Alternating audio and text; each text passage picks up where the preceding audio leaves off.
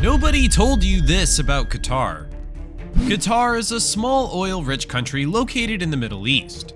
It's been growing in population, wealth, and influence in recent years, but there are some things that nobody ever told you about this fascinating country. Let's take a closer look. Qatar is one of the wealthiest nations in the world thanks to its abundant natural resources, including oil and gas. This country has the world's highest gross national income per capita, and its citizens enjoy a high standard of living. The country's wealth is reflected in the amenities available to its citizens, and it has some of the best shopping, dining, and entertainment in the world. It's also a popular tourist destination, thanks to its vibrant culture and rich history. The country is home to some of the most stunning architectural landmarks in the region, including the Grand Mosque and the Museum of Islamic Art. As Qatar continues to grow and evolve, it's important to remember the less talked about things going on behind the scenes and that the country's rapid growth has come at a cost. Qatar relies heavily on migrant workers from South and Southeast Asia to build its infrastructure and fuel its economy. These workers often face harsh working conditions and are denied basic rights, such as the right to unionize and the right to a living wage. When you take a closer look at the map of Doha, you'll notice that most of it is covered in yellow, and right near the exit there's a small L-shaped area covered in blue. This part of the city is actually the industrial area, and it successfully hides the country's dark secrets. It's a home to construction workers who Qatar doesn't want to see in their shiny downtown area, so they reserved them a spot in the desert, right by the sewage pond. You know how before the World Cup started, the country managed to build multiple stadiums in no time, and is planning on demolishing most of them after the World Cup ends? Just imagine how many constructors had to work day and night in order to accomplish this, and bring everything to perfection until the deadline. Although Qatar has very strict laws about filming, it is especially banned to film in the industrial area. A resident whose identity remains secret managed to risk his safety and record it all to show the devastating reality to the world. These people are so cut off from the rest of the city that they can't even catch a metro to go downtown. This, in fact, is going to change after the World Cup ends, since there are already some routes planned. But all of that will start once tourists leave Qatar. The Qatar Trap, as some call it, is a way this country exploits its imported workers. It's a plan so well made that it almost resembles a puzzle. Here's what they do. Before coming to Qatar and ending up trapped in the industrial area, future workers first have to pass the interview. But it's not a typical one we know in practice.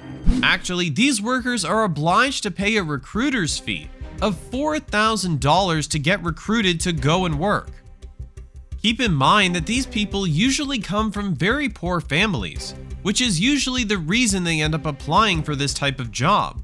So this recruitment fee is a luxury itself, and they often have to borrow it from someone and pay it back once they return to their homes. The next phase is exploitation, where they're forced to work way more than originally agreed, under horrible conditions and unsafely high temperatures. Not to mention that these people are constantly yelled at and treated worse than animals. It's because of these conditions many people never return home, and thousands of healthy young men have lost their lives. Even though families are usually told the cause was a heart attack, the real cause of death is not likely to ever be found, because instead of a real investigation, Qatari authorities come out and use vague classifications, like heart failure or natural death. People are also not allowed to change jobs without the permission of the employer, and if they left anyways, these people would be considered foreign immigrants, arrested, and put in jail. This is not the case with every single employee, of course. Some were very happy and had great conditions, but the majority of them ended up being trapped. Despite its wealth and modernity, Qatar still retains its traditional culture and values. The country is home to a vibrant local population, and its markets remain a popular destination for visitors and locals alike. Foreign workers are not the only people that mysteriously disappear in Qatar.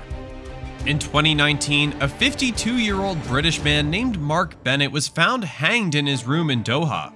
He was recruited in Qatar to boost the tourism industry, and his sudden death was a huge shock to his family, since he was a happy, enthusiastic person. However, the government announced that he committed suicide due to a family conflict. Evidence later showed that he was brutally tortured, stripped, and deprived of sleep for 2 weeks. But it was never proven that he had been placed in legal limbo and that his way out of Qatar was cut off. When you first arrive in Qatar, you might just get carried away by how wonderful everything seems. There are skyscrapers everywhere, clear blue waters, beautiful skies, and just serenity everywhere. However, in Qatar, evil starts at home. All it takes is for one to open their eyes and see the injustices their own citizens, specifically women, face.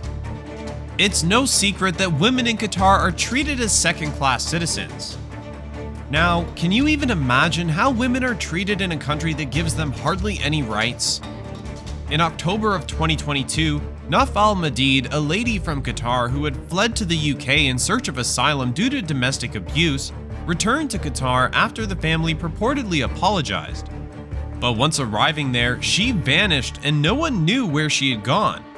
What's worse, the authorities didn't even appear to care, and Naf was merely one of many women in the sea of others easily replaceable and not important enough to keep track of. Girls in this country grow up under the supervision of their fathers and brothers before becoming adults and being completely under the control of their husbands. Whenever they must make a significant life decision, they must seek a man's approval for it, and if they dare do anything without it, they will face legal consequences. If you know any other unusual stories about Qatar, feel free to let us know in the comments. Don't forget to like, subscribe, and hit the bell to get notified whenever we post another amazing story.